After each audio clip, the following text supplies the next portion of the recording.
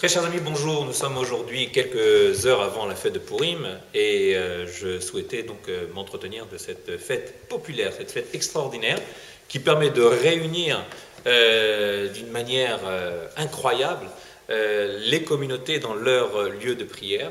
On se retrouve avec un public qui est très coloré, qui vient pour vraiment faire la fête, mais aussi s'acquitter des mitzvot, des obligations que nous avons ce jour-là de Purim. Et j'ai l'impression même parfois de me retrouver face au même public que je trouve réuni le jour de Yom Kippour, le jour du grand pardon. Ouais. D'ailleurs, Purim, que Kippour, comme nous disent nos sages, Purim et Kippour se ressemblent parce que ce que nous avons fait à Kippour, c'est d'essayer d'avoir donc le pardon de Dieu à travers toutes le jeûne, la tristesse, la prière, les supplications, alors qu'à Purim, on peut obtenir le même résultat par la joie. Je crois que là, nous avons bien compris le message, puisque dans toutes les communautés d'Israël, ou d'ailleurs, de la Pologne au Maroc, en passant par la Tunisie, l'Algérie et autres, eh bien, nous avons conservé la fête de Purim dans les mémoires des familles. Et bien sûr, il y a les gâteaux qui sont les oreilles d'aman ou les gâteaux appropriés à la fête, chacun selon ses coutumes. Le repas qui est constitué de viande et d'autres mets plus élaborés.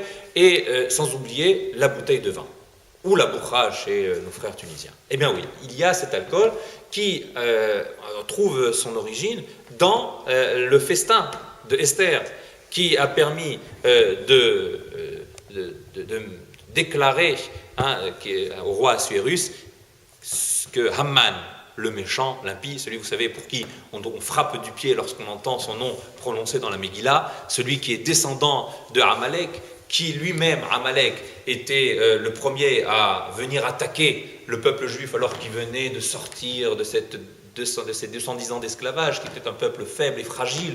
Amalek cherchait à l'exterminer. Eh bien oui, quelque part, Amalek, Haman, Hitler, Mussolini, c'est le même combat. Il y a quelque part aussi cet anti-juif qui continue à vibrer dans la mémoire de notre histoire. D'ailleurs, c'est la raison pour laquelle la fête de Purim restera une fête qui ne disparaîtra jamais. Parce que, comme nos ennemis aussi, malheureusement, donnent toujours naissance à des enfants qui, eux aussi, sont nourris de haine. Alors, pour revenir à des choses beaucoup plus joyeuses et gaies, la fête de Purim, c'est la fête d'abord du rassemblement. Nous devons effacer nos différends, nous rassembler autour de cette table du michté, mais aussi échanger des gâteaux, des plats, des boissons, et sans oublier aussi l'indigent, puisque la fête de Purim doit nous donner matière à réfléchir sur celui qui n'a pas et lui venir en aide pour qu'il n'y ait pas de différence. La fête de Purim signifie en fait les sorts. Pourquoi les sorts? Les sorts, c'était en fait les dés qu'avait jeté Haman pour choisir le jour où il mettrait à exécution l'extermination du peuple.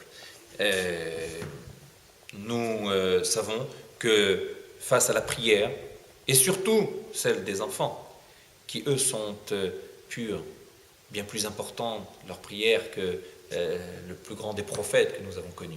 Et oui, la prière des enfants, ces 22 000 enfants qui se sont réunis autour de Mardoché et qui ont prié en jeûnant pendant 3 jours, a permis à notre peuple de pouvoir connaître une issue qui nous a été favorable. Eh bien, c'est ce qu'aujourd'hui, peut-être encore, il faut faire. Quand nous sommes dans un moment difficile, dans notre vie, nous rencontrons tous des périodes où nous sommes au plus bas, eh bien, il faut savoir chercher véritablement l'oxygène qu'il nous faut pour rebondir. Et cet oxygène vient de notre Torah, qui est une Torah de vie.